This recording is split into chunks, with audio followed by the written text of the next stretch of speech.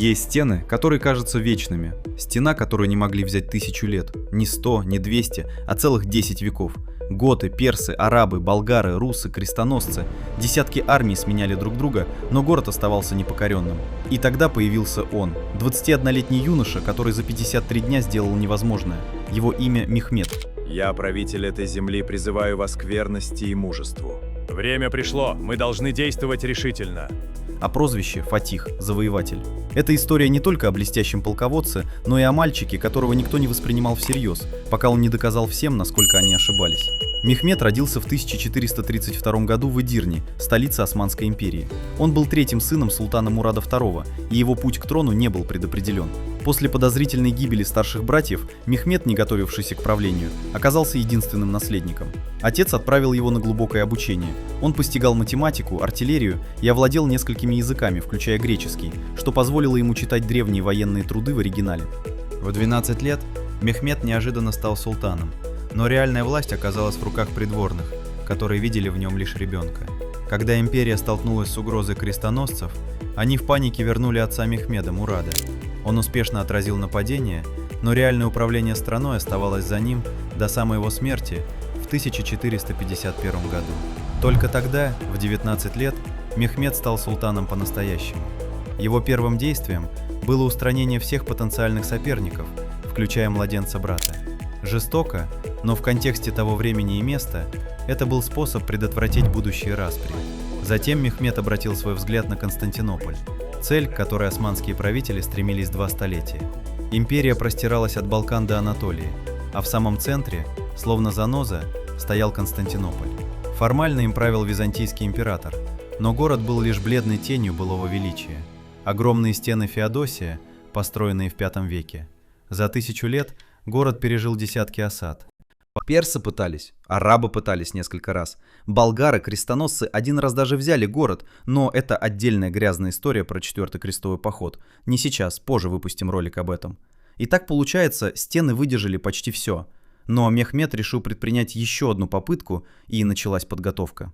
Стратегический ход Мехмеда начался с возведения крепости Румели-Хисар, расположенная на европейском берегу Босфора, напротив Константинополя, в самой узкой точке пролива. Она была построена всего за 4 месяца, поразительный срок для того времени.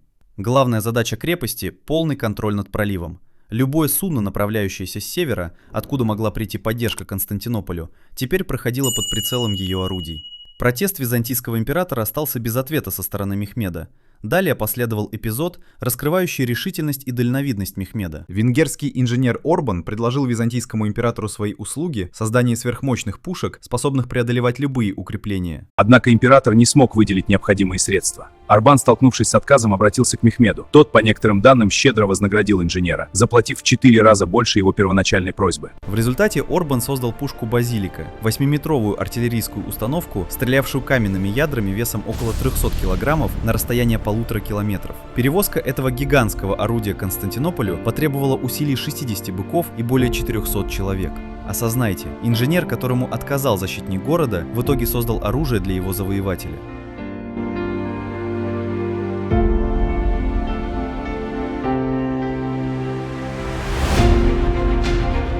В начале апреля 1453 года, 5 числа, Мехмед развернул у стен Константинополя армию, чья численность по разным оценкам колебалась от 80 до 200 тысяч человек.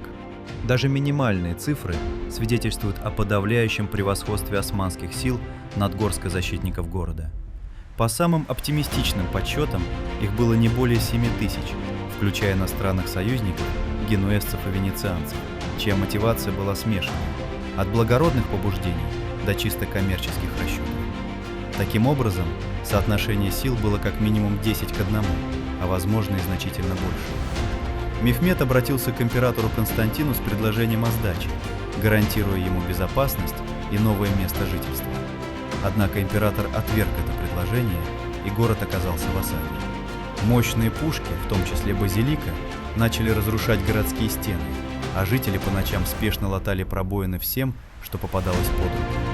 Но истинное удивление вызвало не разрушение стен, а гениальное решение Мехмеда относительно северного рубежа обороны – бухты Золотой Рог. Эта узкая гавань была перекрыта внушительной цепью, делая ее непроходимой для турецкого флота.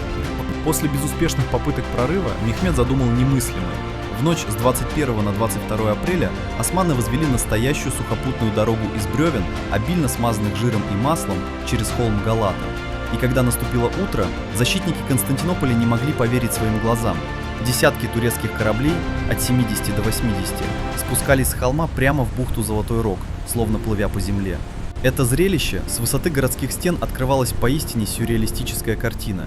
Корабли, казалось, плыли прямо по холмам. Вековая цепь, призванная веками защищать бухту, оказалась бессильной перед натиском, пав за одну ночь. Этот удар был настолько сокрушительным психологически, что некоторые историки считают его даже более значимым, чем появление пушек. Финальное сражение разразилось в ночь на 29 мая 1453 года. Мехмед бросил в бой свои лучшие силы, янычар, атакуя по всему периметру стен одновременно, волна за волной.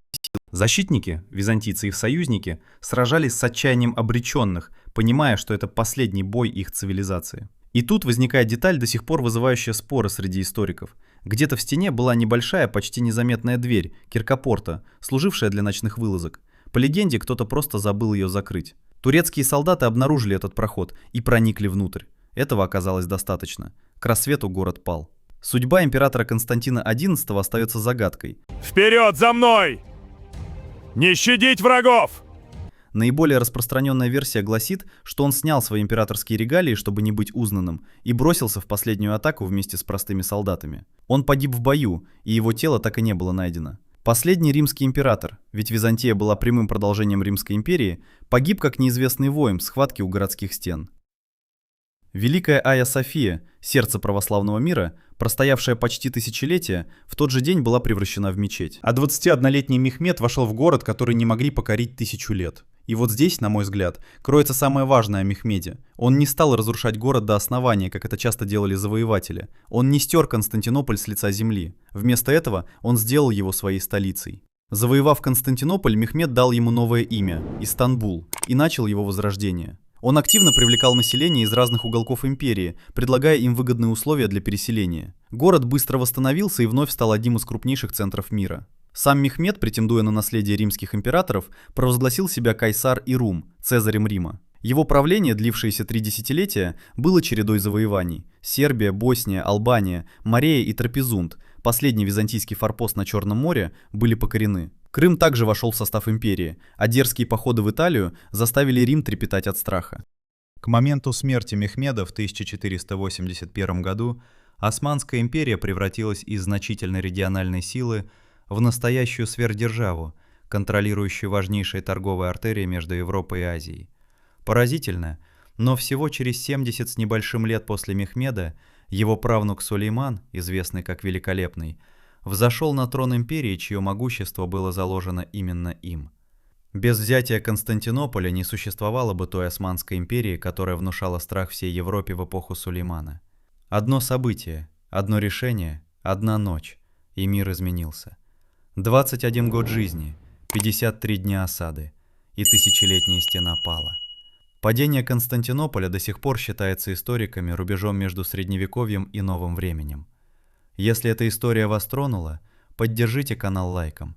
Подписка откроет вам доступ к новым рассказам о людях, которые в юном возрасте вершили судьбы мира. До новых встреч!